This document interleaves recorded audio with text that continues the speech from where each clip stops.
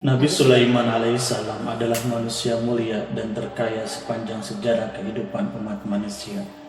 Sebagaimana banyak dikisahkan di dalam kitab suci, seperti Al-Quran, di dalam Alkitab, di dalam Injil, Nabi Sulaiman alaihissalam diceritakan sebagai manusia terkaya yang pernah hidup di muka bumi ini. Tidak ada satupun manusia yang bisa mengalahkan total kekayaannya. Para arkeolog telah menemukan situs peninggalan sejarah Islam yang mengungkap total kekayaan Nabi Sulaiman alaihissalam. Enes bin Yosef, seorang profesor dari Tel Aviv University, ia mengatakan bahwa 3000 tahun yang lalu Nabi Sulaiman alaihissalam diperkirakan memiliki kekayaan senilai 2,2 triliun US dollar. Apabila dikonversikan dengan nilai mata uang hari ini, maka nilainya setara dengan 32.891.870 triliun rupiah. Nilai itu berkali-kali lipat lebih banyak dari total kekayaan negara Indonesia yang hanya mencapai 11.454 triliun rupiah per 31 Desember 2021. Nabi Sulaiman alaihissalam juga memiliki beberapa mukjizat yang dahsyat. Di antaranya Nabi Sulaiman bisa berbicara dengan bahasa binatang. Beliau juga dapat memerintahkan mereka untuk melakukan sesuatu. Beliau juga dapat mengendalikan besar kecilnya tekanan angin dan dapat mengatur ke arah mana angin akan berhembus. Sehingga dengan itu Nabi Sulaiman dapat memanfaatkan angin sebagai kendaraannya dan juga kendaraan tentaranya. Nabi Sulaiman alaihissalam juga bisa melunakkan besi dan membentuknya menjadi pakaian perang yang anti tusukan senjata tajam. Nabi Sulaiman memimpin para jin, mereka tunduk dan patuh pada perintah Nabi Sulaiman. Tidak hanya itu, setan dan iblis laknatullah yang merupakan makhluk pembangkang dapat dibuat tunduk bertekuk lutut pada perintah-perintah Nabi Sulaiman. Nabi Sulaiman bisa melakukan teleportasi, yaitu berpindah dari satu tempat ke tempat yang lain dalam waktu yang singkat. Peristiwa tersebut dibuktikan dengan pemindahan singgasana Ratu Bilqis atas perintah Nabi Sulaiman alaihissalam. Nabi Sulaiman dikenal sebagai raja yang adil dan bijaksana. Nabi Sulaiman diberkahi kecerdasan yang sangat luar biasa untuk menyatupadukan segenap kekuatan yang Allah berikan kepadanya. Ia mengelola dan membawa kerajaan yang menjadi kekuatan yang sangat raksasa yang tak terkalahkan di masanya. Pertanyaan yang mendasar yang muncul kali ini, dari mana sumber kekayaan dan kekuatan Nabi Sulaiman alaihissalam? Untuk mendapatkan jawaban dari pertanyaan itu, simak video ini sampai akhir. Sebelum itu, mari bantu channel ini untuk terus berkembang dengan cara subscribe dan nyalakan tanda loncengnya. Berikan komentar yang positif, berikan like dan share video ini. Semoga bernilai amal jariah karena ikut mensiarkan kisah Islami pada masyarakat Islam dan dunia. Terima kasih. A'udzu billahi minasy syaithanir rajim. Bismillahirrahmanirrahim. وَلَقَدْ آتَيْنَا دَاوُودَ وَسُلَيْمَانَ عِلْمًا وَقَالَ الْحَمْدُ لِلَّهِ الَّذِي فَضَّلْنَا عَلَى كَثِيرٍ مِّنْ عِبَادِهِ الْمُؤْمِنِينَ وَوَرِثَ سُلَيْمَانَ دَاوُودَ وَقَالَ يَا أَيُّهَا الناس علمنا منطق الطير وأوتينا من كل شيء إن هذا لهو الفضل المبين. Dan sungguh kami telah memberikan ilmu kepada Daud dan Sulaiman, dan keduanya berkata, segala puji bagi Allah yang melebihkan kami dari banyak hamba-hambanya yang beriman.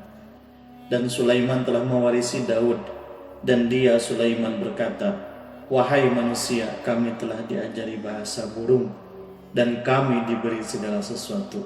Sungguh semua ini benar-benar karunia yang nyata. Quran Surat An-Naml ayat 15-16. Saudara-saudaraku yang dirahmati Allah, pada ayat di atas disebutkan bahwa Nabi Sulaiman telah mewarisi Daud.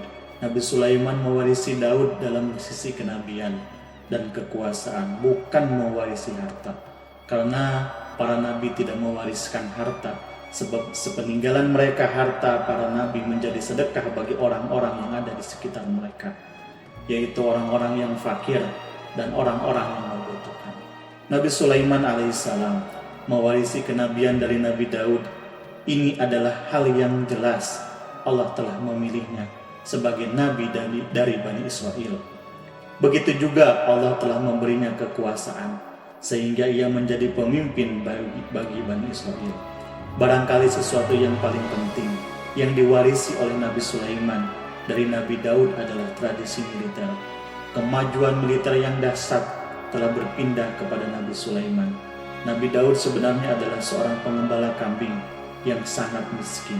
Tapi seiring dengan perjalanannya waktu, yang menjadi komandan pasukan yang tiada tanding, Nabi Daud alaihissalam mengetahui bahwa kekuatan yang hakiki yang mengatur alam semesta ini adalah kekuatan Allah Subhanahu wa Ta'ala.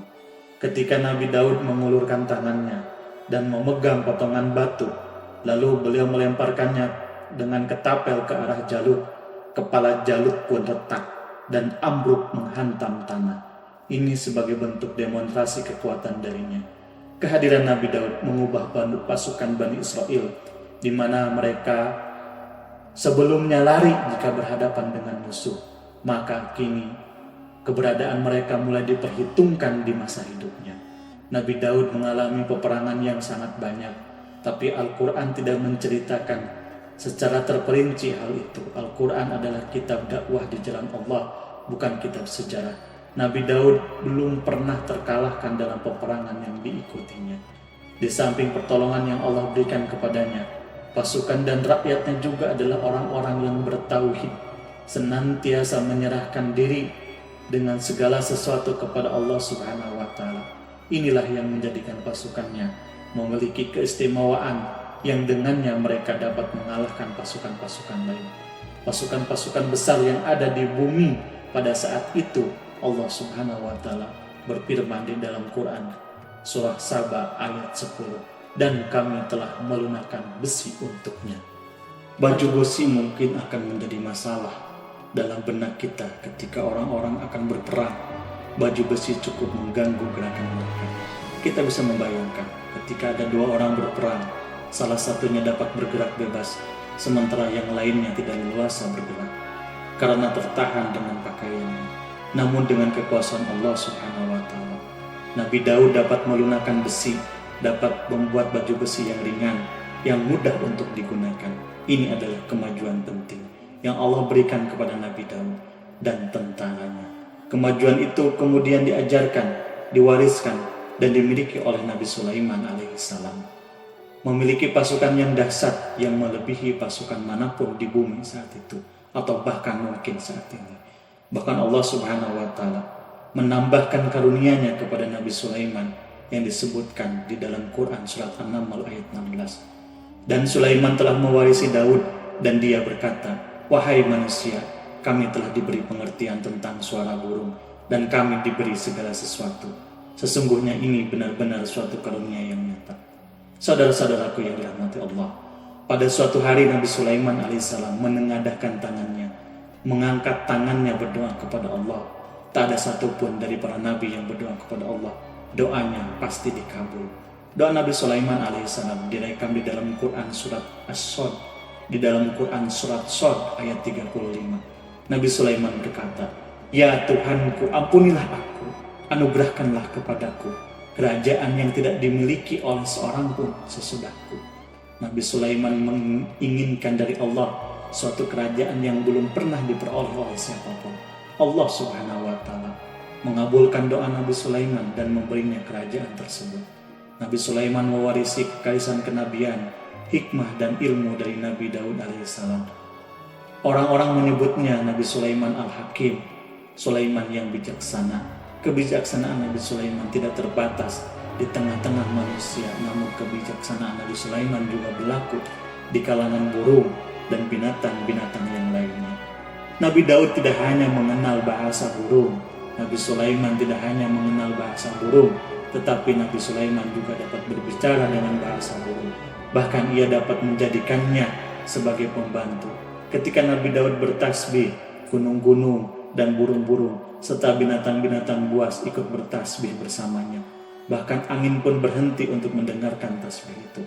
Allah Subhanahu wa Ta'ala memberinya karunia di mana binatang-binatang buas tunduk padanya. Begitu juga angin dan burung. Saudara-saudaraku yang dirahmati Allah, Nabi Sulaiman alaihissalam mampu mendengarkan bisikan semut yang berbicara kepada sesama mereka. Bahkan ia mampu memerintahkan semut sehingga semut itu menjadi taat kepada perintahnya. Pasukan Nabi Sulaiman memiliki kekuatan yang sangat dahsyat. Belum pernah ada di dunia ini satu pasukan yang memiliki kekuatan seperti itu. Kekuatan Nabi Sulaiman berasal dari beberapa kombinasi yang sangat mengagumkan, sehingga karenanya ia tidak dapat tertandingi. Kekuatan itu terdiri dari manusia, binatang-binatang, jin, dan lain-lain. Sebagaimana kita ketahui bahwa jin adalah makhluk Allah dan manusia tidak mampu melihatnya, atau bahkan menghadirkannya, atau meminta pertolongan kepadanya. Sedangkan Nabi Sulaiman telah diberi oleh Allah suatu kemampuan untuk menundukkan jin, mempekerjakan mereka sebagai tentara di tengah-tengah peperangan. Karena itu, ketika ada pasukan lain yang mencoba melawan pasukan Nabi Sulaiman, mustahil mereka akan mendapatkan kemenangan. Bahkan pasukan Nabi Sulaiman diperkuat oleh pasukan burung. Burung di pasukan Nabi Sulaiman memerankan tugas penting, yaitu menjadi agen intelijen. Kita mengetahui bahwa peranan informasi saat peperangan adalah hal yang sangat penting. Dari informasi tersebut dapat diketahui keadaan lawan. Demikianlah peranan burung pada pasukan Nabi Sulaiman. Ia terbang di tengah-tengah musuh, kemudian ia kembali kepada Nabi Sulaiman untuk menyampaikan berita tentang keadaan lawannya. Di samping jin dan burung, Allah juga menundukkan angin untuk Nabi Sulaiman. Nabi Sulaiman dapat memerintahkan angin dan ia mampu untuk menaiki angin tersebut bersama tentaranya. Dalam Quran surat Shad ayat 36-40 Allah Subhanahu wa taala berfirman, "Kami tundukkan kepada angin yang berhembus dengan baik menurut kemana saja yang dikehendakinya. Dikehendaki Sulaiman dan kami tundukkan pula kepadanya setan-setan semuanya, ahli bangunan dan penyelam dan setan yang lain yang terikat dalam belenggu. Inilah anugerah kami, maka berikanlah kepada orang lain atau tahanlah untuk dirimu sendiri dengan tiada pertanggungjawaban, dan sesungguhnya dia mempunyai kedudukan yang dekat pada sisi kami dan tempat kembali yang baik." Saudara-saudaraku yang dirahmati Allah, Allah Subhanahu wa taala memberikan kemampuan yang tak seorang pun dari para nabi mendapatkannya, yaitu kemampuan untuk memerintahkan setan. Setan ini adalah satu bagian dari jin. Ia adalah kelompok yang celaka dari bangsa jin. Kelompok ini sebenarnya tidak mampu dikuasai oleh manusia. Bahkan jin yang soleh tidak dapat mengatur setan. Adapun Nabi Sulaiman, Allah Subhanahu wa taala telah memberinya kekuatan, kekuasaan untuk menundukkan setan dan mempekerjakan mereka. Bahkan pengikatnya dengan rantai serta menghukumnya jika ia menentang pada perintahnya. Setan membangunkan untuk Nabi Sulaiman istana-istana dan patung-patung dan alat-alat perang. Bahkan setan-setan itu menyelam di dasar lautan untuk mengeluarkan permata, dan setan takut kepada Nabi Sulaiman. Jika ada di antara setan yang menentang perintahnya, maka Nabi Sulaiman alaihissalam akan mengikatnya dengan rantai. Ini semua menunjukkan kekayaan, kejayaan Nabi Sulaiman dan kekuasaannya, di mana ia mampu mengatur banyak makhluk di muka bumi ini. Tentu saja kemampuan itu semua adalah atas izin atau kehendak dari Allah Subhanahu wa taala. Sebagai mukjizat darinya, Allah Subhanahu wa taala berfirman di dalam Quran surat Saba ayat 12, "Dan sebagian dari jin ada yang bekerja di hadapannya di bawah kekuasaannya dengan izin Tuhannya, dan siapa yang menyimpang di antara mereka dari perintah kami, maka kami rasakan kepadanya adab neraka yang apinya menyala-nyala." Para jin itu membuatkan untuk Nabi Sulaiman apa yang dikehendakinya, gedung-gedung yang tinggi dan patung-patung dan piring-piring yang besarnya seperti kolam, ataupun periuk yang tetap berada di atas tunggu. Saudara-saudaraku yang dirahmati Allah, Nabi Sulaiman yang bijaksana adalah penguasa yang tak tertandingi di muka bumi. Meskipun memperoleh nikmat-nikmat khusus yang agung, beliau tetap menunjukkan dirinya sebagai manusia yang paling banyak berzikir kepada Allah dan manusia yang paling banyak bersyukur. Saudara-saudaraku yang dirahmati Allah, sebagaimana Allah Subhanahu wa taala telah memberikan nikmat kepada ayahnya Nabi Daud alaihissalam, di mana ia mampu melunakkan besi dan Allah mengajarinya bagaimana cara mencairkan besi. Maka Nabi Sulaiman alaihissalam pun dapat memanfaatkan tembaga yang cair untuk peperangan. Beliau mencampur tembaga dengan besi dan membuatnya darinya perunggu. Mereka menggunakan senjata-senjata perunggu dalam peperangan seperti pedang, baju besi, dan juga pisau. Senjata-senjata ini adalah senjata yang paling kuat saat itu. Meskipun Nabi Sulaiman mendapatkan nikmat yang besar ini dan karunia yang khusus, Allah Subhanahu wa taala mengujinya dengan suatu ujian yang sangat dahsyat. Ujian yang akan selalu datang kepada seorang hamba yang soleh. Ketika hamba itu mendapatkan kedudukan besar, maka ujiannya pun menjadi besar. Allah Subhanahu wa taala menguji Nabi Sulaiman dengan penyakit.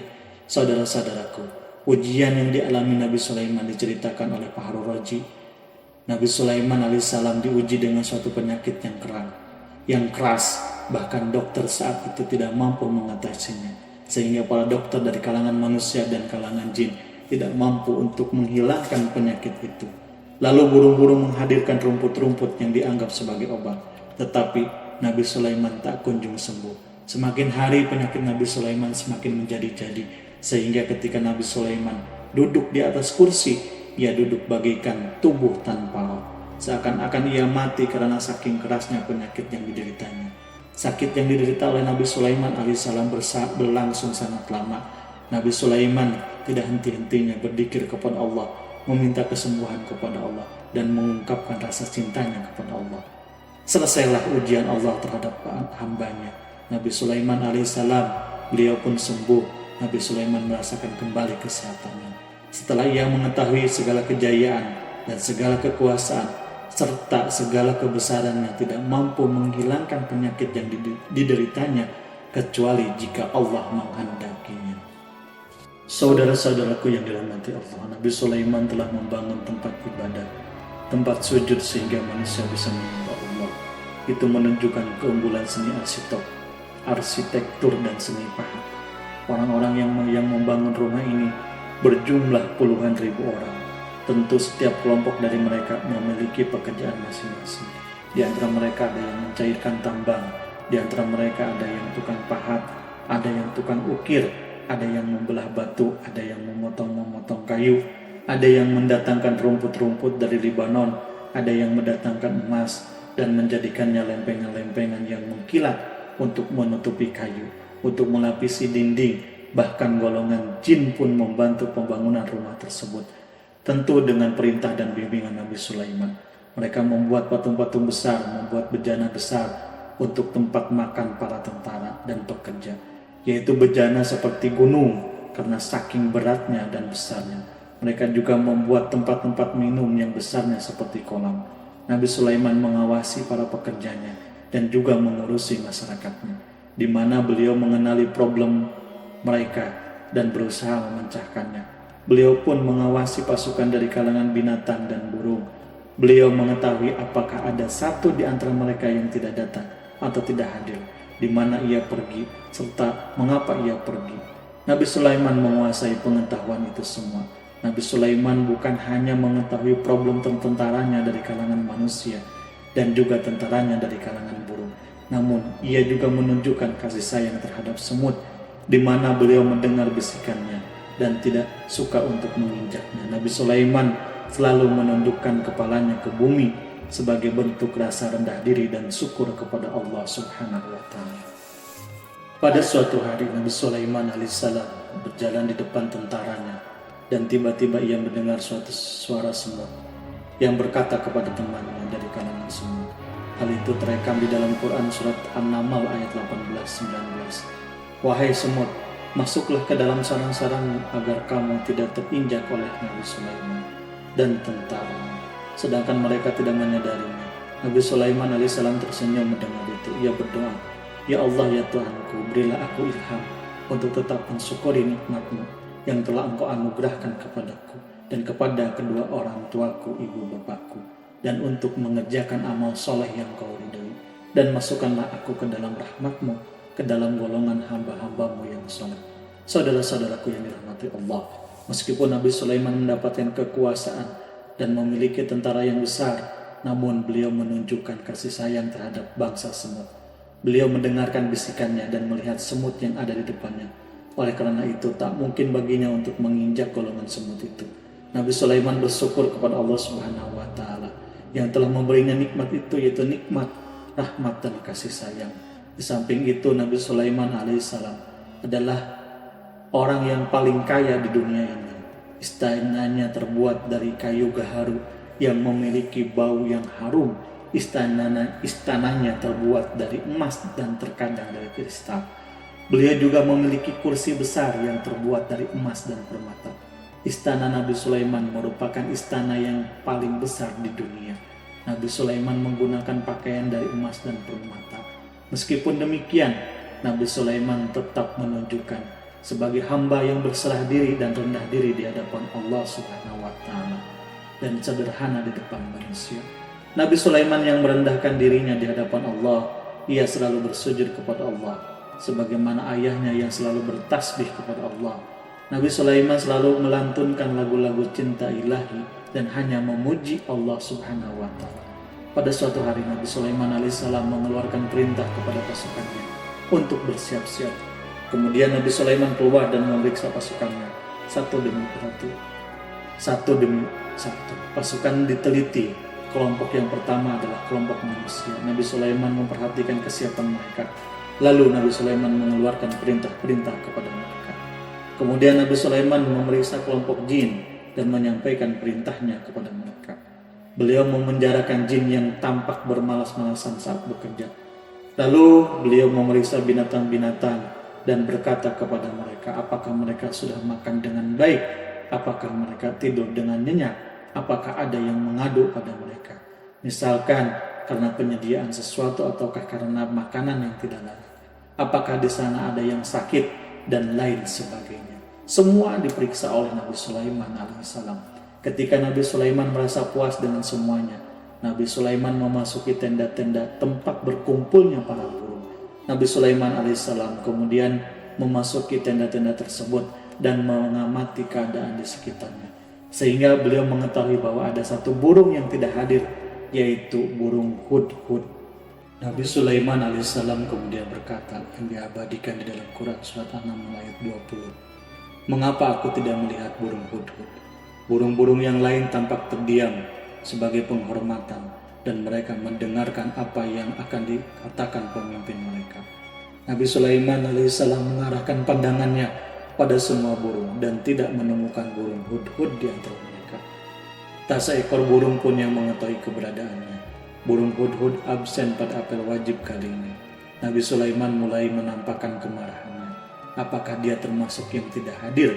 Tiba-tiba seorang burung kecil memberanikan diri untuk berkata kepada Nabi Sulaiman, wahai Nabi yang mulia, seharusnya hudhud ada bersamaku kemarin untuk melaksanakan tugas penyelidikan. Ia adalah pemimpin misi itu, namun burung hudhud belum datang. Oleh karena itu aku tidak pergi bersamanya. Burung itu tampak gemetar.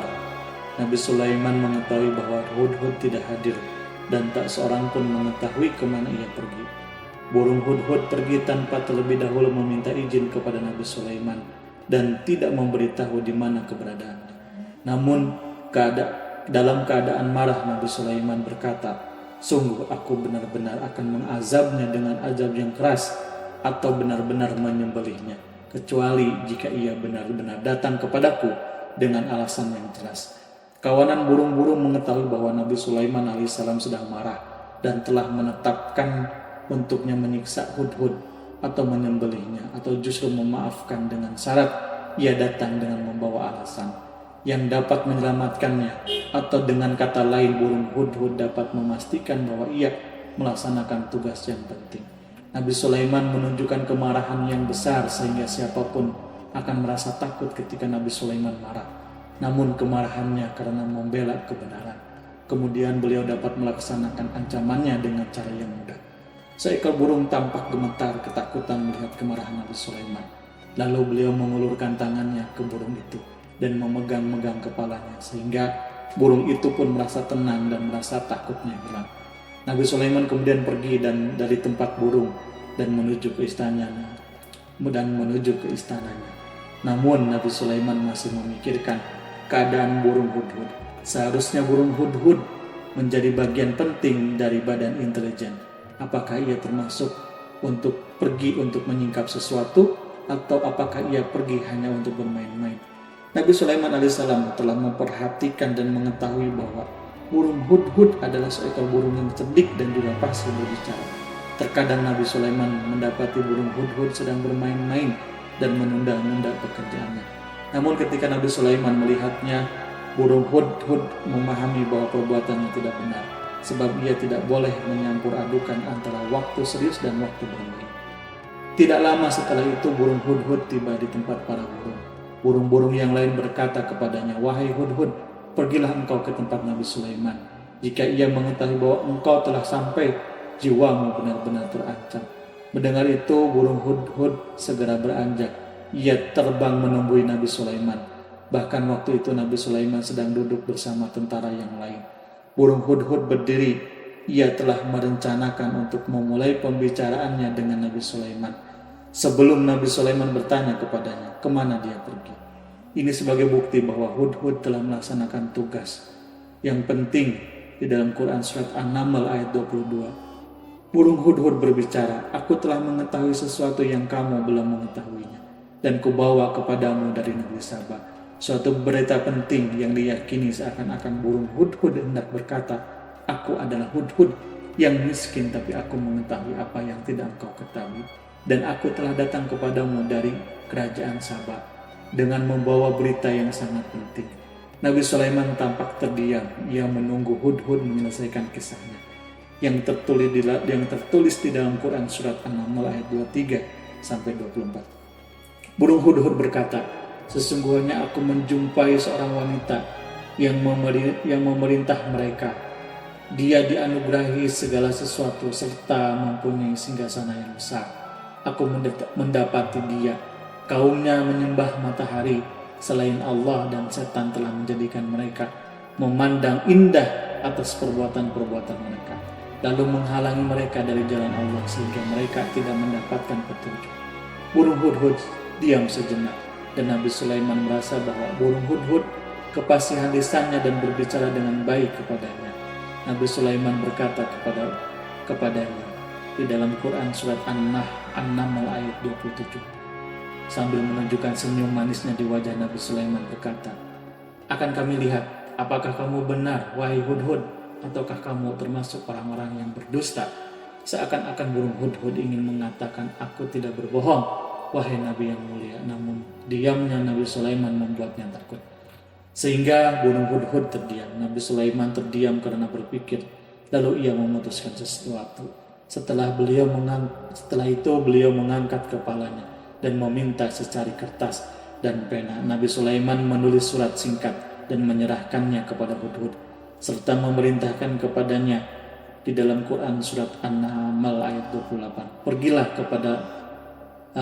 pergilah dengan membawa surat ini, lalu jatuhkanlah kepada mereka. Kemudian berpalinglah dari mereka, lalu perhatikanlah apa yang mereka bicarakan. Al-Quranul Karim hanya menceritakan di dalam Quran surat An-Naml bagaimana perginya hudhud dan bagaimana ia menyerahkan surat itu.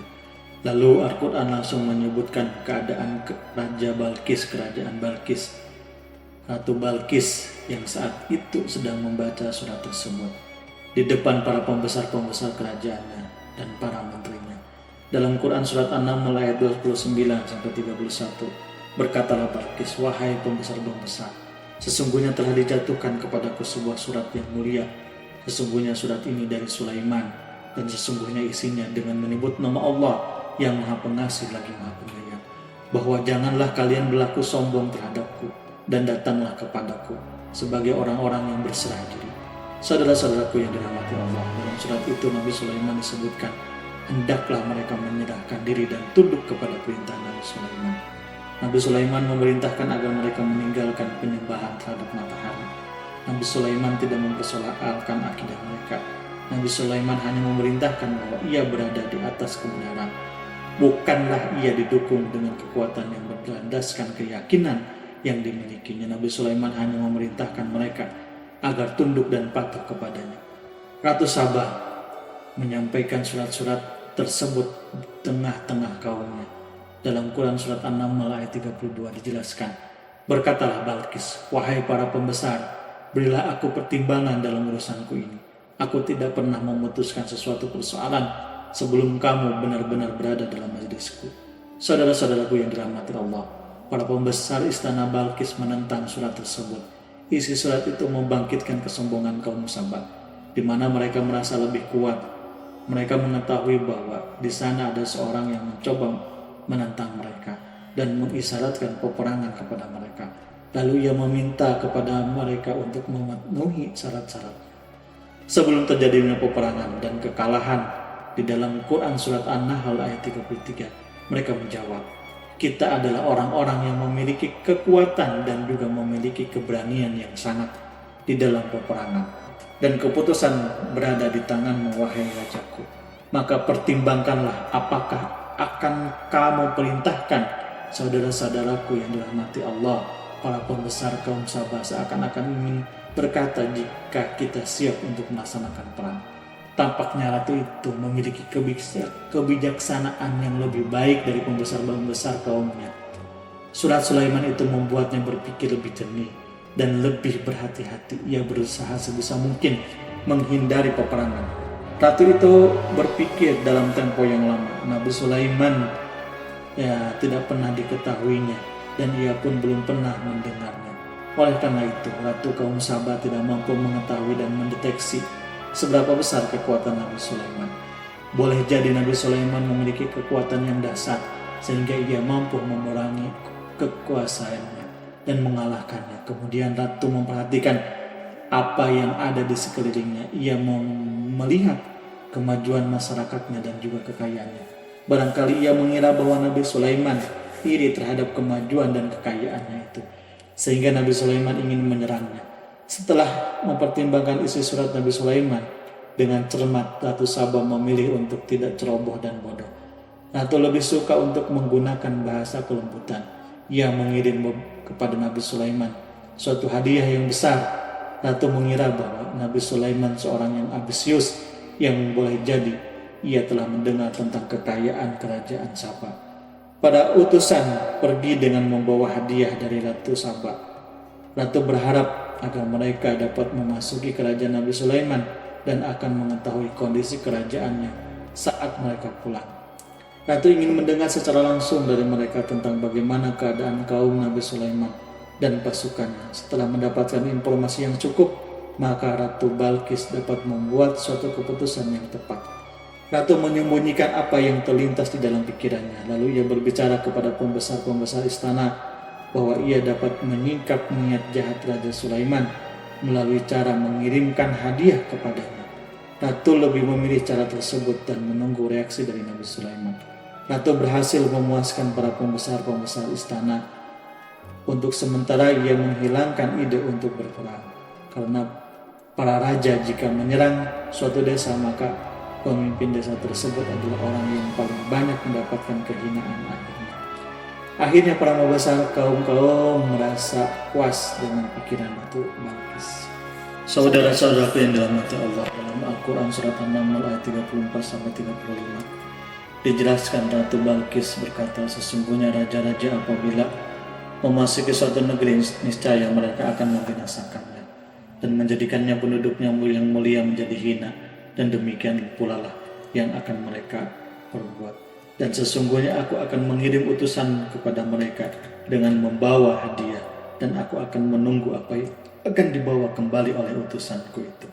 Saudara-saudaraku yang dirahmati Allah, kemudian sampailah hadiah itu dari Ratu Balkis kepada Nabi Sulaiman. Para intelijen Nabi memberitahu bahwa utusan Balkis datang dengan membawa hadiah. Nabi Sulaiman langsung mengetahui bahwa Ratu Balkis itu sengaja mengirim orang-orangnya untuk mengetahui atau mendapatkan informasi tentang kekuatannya.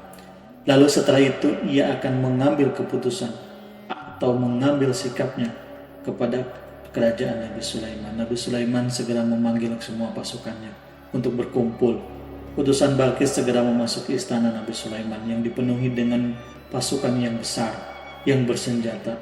Melihat itu, utusan Ratu Balkis tercengang dan terkejut ketika melihat kekayaan yang mereka bawa tidak ada apa-apanya dibandingkan dengan kerajaan Nabi Sulaiman.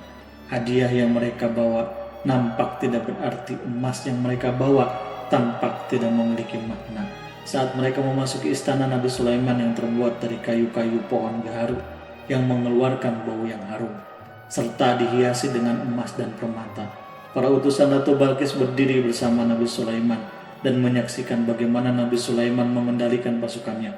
Kemudian mereka mulai berpikir tentang kekuatan dan kualitas pasukan Nabi Sulaiman.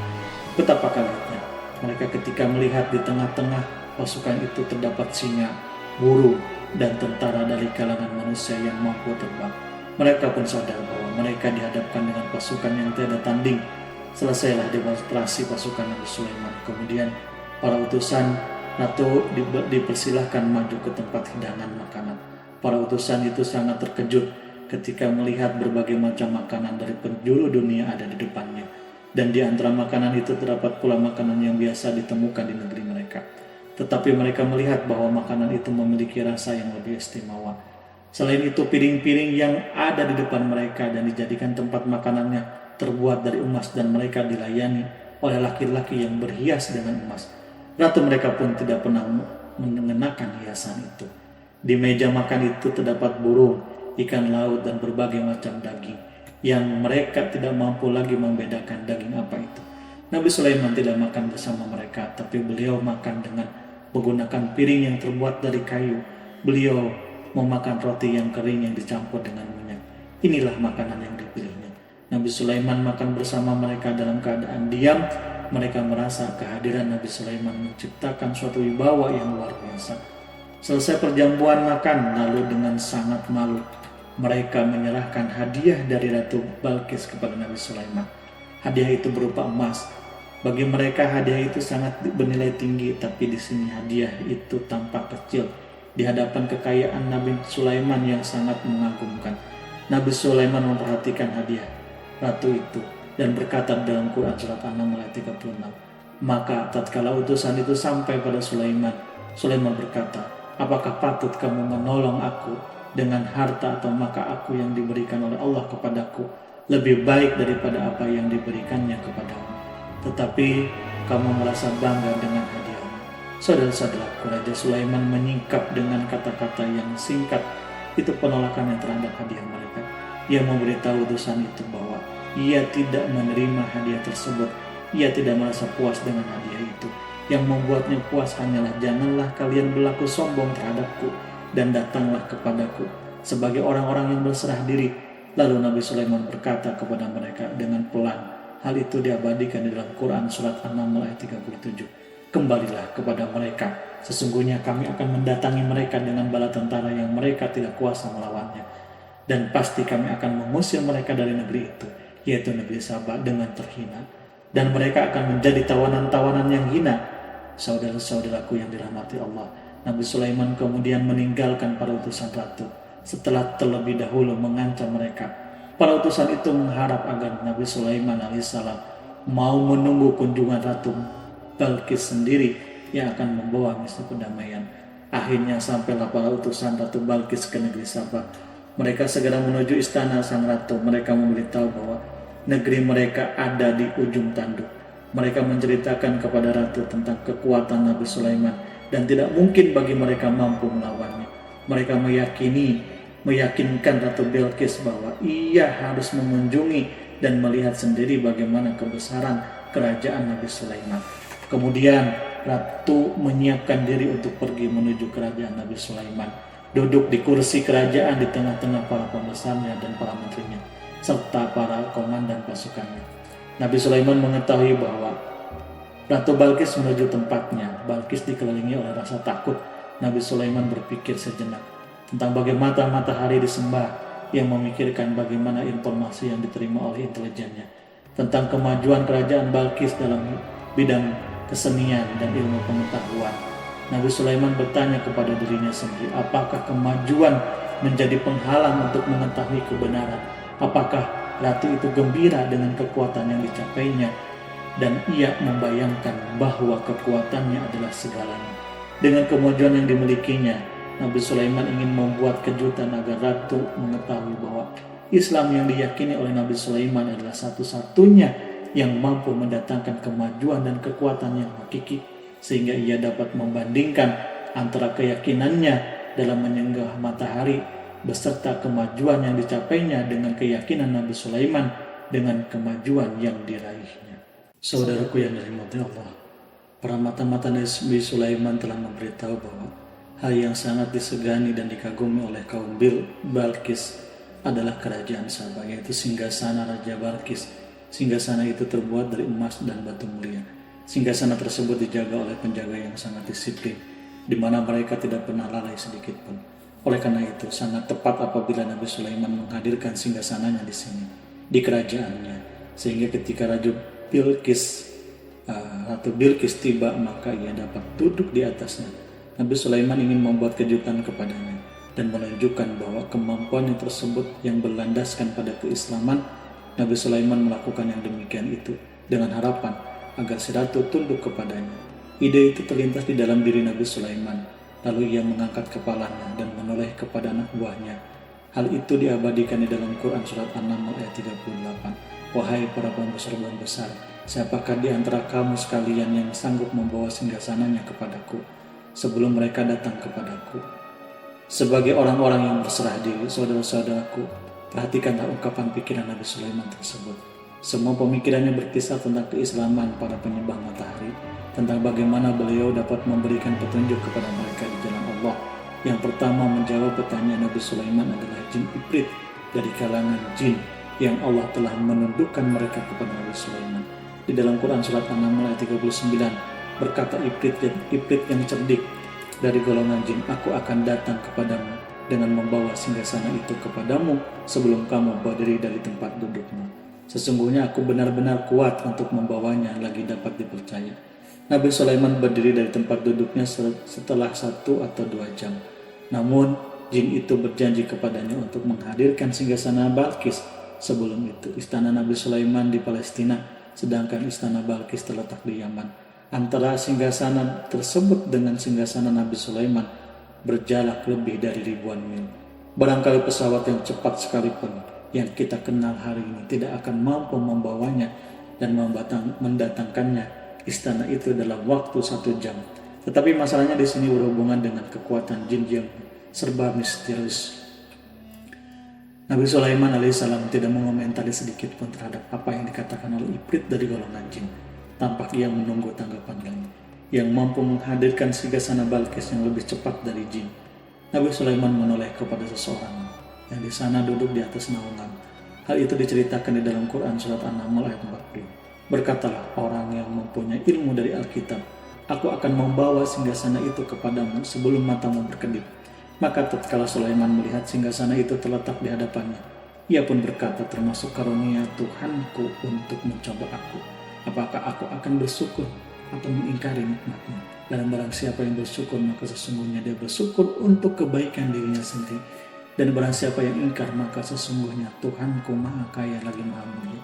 Saudara-saudara, belum lama seorang yang mempunyai ilmu dari Alkitab mengatakan kalimatnya, sehingga singgasana itu tiba-tiba ada di hadapan Nabi Sulaiman, yang mampu menghadirkan singgasana itu lebih cepat atau lebih sedikit dari kedipan mata ketika mata itu tertutup dan terbuka. Al-Quranul Karim tidak menyingkap kepribadian seseorang yang menghadirkan singgasana itu.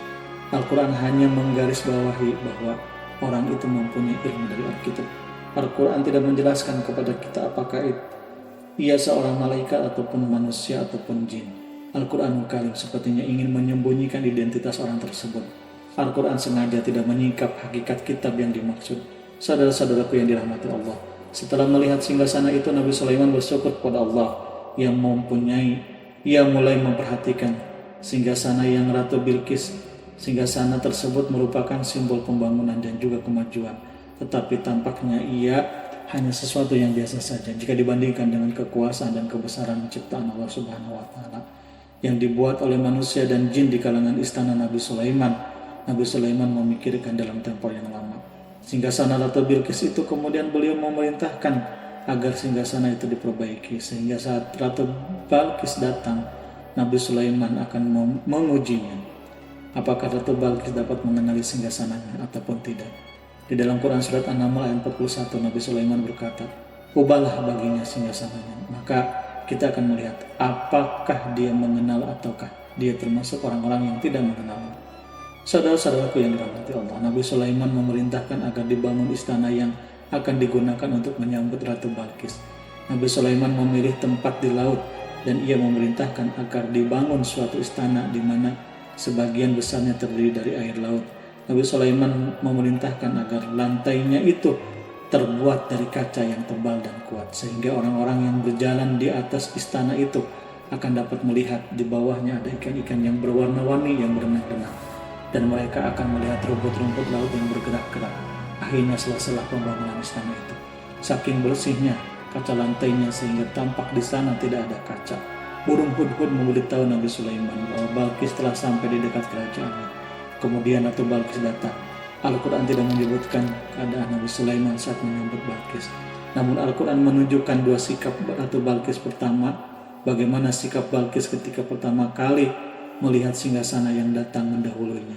Padahal ia telah meninggalkan pengawalnya untuk tetap setia menjaga singgasana itu. Keadaan kedua adalah keadaan di depan istana yang dibangun untuk penyambutannya. Istana itu penuh dengan permata yang berenang, di bawahnya ikan-ikan, dan di dalam Quran surat An-Naml ayat 40 sudah dijelaskan. Dan ketika Bilqis datang ditanyakanlah kepadanya, "Serupa inikah singgasanamu?" Bilqis menjawab, "Seakan-akan singgasana ini adalah singgasanaku. Kami telah diberi pengetahuan sebelumnya dan kami adalah orang-orang yang berserah diri." Saudara-saudaraku, pada dialek di atas Bilqis melihat singgasananya dan ia tercengang saat mengetahui bahwa itu adalah singgasana miliknya. Namun ia kemudian mulai ragu karena melihat tidak sepenuhnya itu singgasana miliknya. Jika itu benar-benar milikku, lalu bagaimanakah ia datang mendahuluinya, dan bila bukan singgasananya, maka bagaimana Sulaiman dapat meniru sepersis dan seteliti itu? Padahal Sulaiman tidak pernah sekalipun ke kerajaannya. Nabi Sulaiman berkata pada saat melihat Bilqis mengamati singgasana, "Apakah ini singgasanamu?" Bilqis terlihat sangat kebingungan. Namun setelah itu ia menjawab, "Sepertinya benar." Nabi Sulaiman berkata lagi, "Kami telah diberi ilmu sebelumnya dan kami sebagai orang-orang yang muslim, saudara-saudaraku yang dirahmati Allah." Melalui pernyataan itu Nabi Sulaiman ingin mengisyaratkan kepada Bilqis agar ia membandingkan antara keyakinannya beserta ilmu yang dicapainya dengan keyakinan Nabi Sulaiman yang muslim beserta ilmu pengetahuan yang telah diraihnya. Penyembahan terhadap matahari dan pencapaian ilmu yang dicapai oleh Bilqis tampaknya tidak ada apa-apanya dibandingkan dengan ilmu Nabi Sulaiman dan keislamannya. Nabi Sulaiman telah mendahuluinya dalam ilmu karena keislamannya. Karena itu sangat mudah baginya untuk mengungguli Bilqis dalam ilmu-ilmu yang lainnya. Demikianlah yang disyaratkan pernyataan Sulaiman kepada Bilqis. Ratu Bilqis pun mengetahui bahwa ini adalah singgasana di mana singgasana itu datang lebih dulu daripada dirinya. Beberapa bagian darinya telah diubah saat Bilqis masih dalam perjalanan menuju tempat Nabi Sulaiman. Ia berpikir kemampuan apa yang dimiliki oleh Nabi Sulaiman. Ratu Bilqis tercengang melihat apa yang disaksikannya adalah berupa buah dari keimanan Nabi Sulaiman dan hubungannya dengan Allah Subhanahu wa Ta'ala. Sebagaimana Ratu Bilqis juga tercengang ketika melihat kemajuan di bidang ilmu pembangunan, seni, dan ilmu-ilmu yang lainnya. Maka ia lebih kagum lagi saat melihat hubungan yang kuat antara keislaman Nabi Sulaiman dengan ilmunya serta kemajuan yang diraihnya. Di dalam Quran surat An-Naml ayat 43 dijelaskan, "Dan apakah yang disembahnya selama ini selain Allah mencegahnya untuk melahirkan keislamannya? Karena sesungguhnya ia terdahulu termasuk orang-orang yang kafir." Saudara-saudaraku yang dirahmati Allah, bergoncanglah dalam benak Bilqis ribuan hal yang melihatnya keyakinan kaumnya runtuh di hadapan Nabi Sulaiman. Ia menyadari bahwa dia yang disembahnya hanya merupakan ciptaan Allah, di mana dia menggerakkannya untuk hamba-hambanya. Kebenaran dalam dirinya diterangi oleh cahaya baru yang tidak akan tenggelam seperti tenggelamnya matahari. Maka keislamannya hanya menunggu waktu. Ratu Bilqis memilih waktu yang tepat untuk mengumumkan keislamannya. Allah Subhanahu wa Ta'ala berfirman di dalam Quran surat An-Naml ayat 44, "Dikatakanlah kepadanya, masuklah ke dalam istana. Tatkala ia melihat lantai istana itu, dikiranya kolam air yang besar dan disingkapkannya dua betisnya. Berkatalah Sulaiman, sesungguhnya ia adalah istana licin yang terbuat dari kaca. Berkatalah Balqis, wahai Tuhanku, sesungguhnya aku telah berbuat zalim terhadap diriku dan aku berserah diri bersama Sulaiman kepada Allah, Tuhan semesta alam. Saudara-saudaraku yang dirahmati Allah, dikatakan kepada Balqis, masuklah ke dalam istana. Ketika ia masuk, maka ia tidak menyaksikan adanya kaca, tetapi ia melihat air sehingga mengira akan bersinggungan dengan air laut. Lalu menyingkapkan sedikit bajunya agar bajunya tidak basah. Nabi Sulaiman mengingatkan tanpa melihatnya agar tidak khawatir terhadap pakaiannya, karena pakaiannya tidak akan basah. Sebab di sana tidak ada air, itu sekedar kaca yang halus, yang saking halusnya sehingga ia tidak tampak. Pada kesempatan itulah Balqis mengumumkan keislamannya, yang mengakui kezaliman dirinya, dan ia mengatakan berserah diri kepada Nabi Sulaiman dan kepada Allah Tuhan semesta alam. Lalu kaumnya pun mengikutinya. Balqis menyadari bahwa yang ia hadapi dengan penguasa terbesar di muka bumi adalah salah satu Nabi Allah Subhanahu wa Ta'ala yang mulia. Untuk pertama kalinya wajah Sulaiman tampak dihiasi dengan senyuman yang menunjukkan kepuasan sejak Balqis mengunjunginya. Demikianlah Sulaiman mewujudkan kejayaannya yang hakiki dan menyebarkan cahaya Islam di muka bumi. Saudara-saudaraku, Al-Quran tidak menyebutkan kisah persis setelah keislaman Ratu Balqis. Para ahli tafsir mengatakan bahwa ia menikah dengan Nabi Sulaiman. Selain itu, ada yang mengatakan bahwa ia menikah dengan salah satu orang dekat Nabi Sulaiman. Ada juga yang mengatakan bahwa Raja Habasah adalah keturunan dari buah perkawinan ini. Wallahu a'lam bishawab. Saudara-saudaraku yang dirahmati Allah, Nabi Sulaiman hidup di tengah-tengah kejayaan dan kemuliaan di bumi. Kemudian Allah menetapkan kematian untuknya sebagai kehidupan, sebagaimana kehidupan Sulaiman berada di puncak kemuliaan dan kejayaannya yang penuh dengan keajaiban yang luar biasa. Maka kematiannya pun merupakan tanda-tanda kebesaran Allah yang penuh dengan keajaiban. Demikianlah bahwa kematiannya sesuai dengan kehidupannya, sesuai dengan kejayaannya. Allah berfirman tentang kematian Nabi Sulaiman di dalam Quran surah Saba ayat 14. Maka tatkala telah menetapkan kematian Nabi Sulaiman, tidak ada yang menunjukkan kepada mereka kematian itu kecuali rayap yang memakan tongkatnya. Maka tatkala ia telah tersungkur, tahulah jin bahwa kalau sekiranya mereka mengetahui hal yang gaib, tentulah mereka tidak akan tetap dalam siksa yang menghinakan. Saudara-saudaraku, kemampuan Nabi Sulaiman untuk menunjukkan jin dan mempekerjakan mereka serta hubungan mereka dengannya, semua itu menimbulkan fitnah di tengah-tengah manusia dalam hal tertentu. Dan kematian Nabi Sulaiman merupakan batasan jawaban terhadap fitnah ini. Kami tidak mengetahui siapa yang mengklaim bahwa jin mengetahui hal yang gaib, apakah itu setan yang terkutuk atau jin yang bodoh atau manusia yang tertipu. Kami tidak mengetahui siapa yang bertanggung jawab terhadap tersebarnya isu yang keliru ini. Yang kita yakini, yang kita ketahui adalah bahwa hal tersebut adalah yang mempengaruhi sebagian manusia dan jin. Barangkali manusia berkata kepada diri mereka, selama jin melakukan perbuatan yang luar biasa ini, maka apa gerangan yang menjadikan mereka tidak mengetahui hal yang gaib itu? Manusia itu lupa bahwa kunci kegaiban berada di tangan Allah Subhanahu wa Ta'ala. Masalah ilmu yang gaib tidak akan mampu dikuasai oleh jin, manusia dan para nabi dan semua makhluk. Hanya Dia yang mengetahuinya. Dan manusia diberitahu hanya sedikit sekali. Saudara-saudaraku yang dirahmati Allah Subhanahu wa Ta'ala, seakan-akan Allah ingin merencanakan bahwa kematian Nabi Sulaiman bertujuan untuk menghancurkan pemikiran itu, yaitu pemikiran bahwa jin mengetahui hal-hal yang gaib. Jin bekerja untuk Nabi Sulaiman selama beliau hidup, dan tatkala beliau meninggal maka tugas mereka menjadi bebas. Nabi Sulaiman meninggal tanpa diketahui oleh jin, sehingga mereka tetap bekerja untuknya. Mereka tetap mengabdi kepada Sulaiman. Seandainya mereka mengetahui hal yang gaib, niscaya mereka tidak meneruskan pekerjaan mereka. Saudara-saudaraku, pada suatu hari Nabi Sulaiman memasuki mihrabnya untuk itikaf beribadah dan beribadah kepada Allah. Tak seorang pun berani yang mengganggu khalwatnya di mihrabnya itu. Mihrab Nabi Sulaiman terletak di puncak gunung dan dindingnya terbuat dari permata. Pada suatu hari Nabi Sulaiman duduk bersandar pada tongkatnya.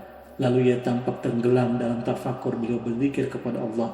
Lalu setelah itu malaikat maut menemuinya di mihrabnya. Nabi Sulaiman pun meninggal beliau bersandar kepada tongkatnya. Jin melihatnya dan mengira bahwa beliau sedang sholat, sehingga mereka pun terus melanjutkan pekerjaannya. Berlalulah hari-hari yang panjang, kemudian datanglah rayap, yaitu semut kecil yang memakan kayu. Hewan itu mulai memakan tongkat Nabi Sulaiman. Rayap itu tampak lapar. Sebagian dari tongkat Nabi Sulaiman dimakan beberapa hari oleh rayap itu. Ketika yang dimakannya semakin bertambah, maka tongkat itu pun menjadi rusak dan kemudian jatuh dari tangan Nabi Sulaiman alaihissalam. Tubuh mulia itu kehilangan keseimbangan dan kemudian jatuh terhempas di bumi. Tatkala tubuh suci itu tersungkur, maka manusia segera menuju ke arahnya. Mereka menyadari dan mengetahui bahwa Nabi Sulaiman telah meninggal. Dalam waktu yang sama, jin menyadari bahwa mereka tidak mengetahui hal yang gaib, dan manusia pun mengetahui hakikat ini. Seandainya jin mengetahui hal yang gaib, niscaya ia tidak akan meneruskan siksa yang hina. Mereka tidak akan bekerja kepada Sulaiman. Demikianlah Nabi Sulaiman meninggal dalam keadaan duduk dan sholat. Lalu berita itu tersebar bagaikan api di bumi. Manusia, burung, dan binatang buas mengantarkan jenazah Nabi Sulaiman. Sekawanan burung tampak sedih dan menangis. Semua makhluk bersedih akhirnya. Tak seorang pun mengetahui bahasa burung di bumi. Meninggallah seorang yang memahami pembicaraan burung, binatang-binatang, jin, dan lain sebagainya. Burung-burung itu berkata, betapa beratnya kehidupan di tengah orang-orang yang tidak mengetahui pembicaraan kita. Wallahu a'lam bishawab.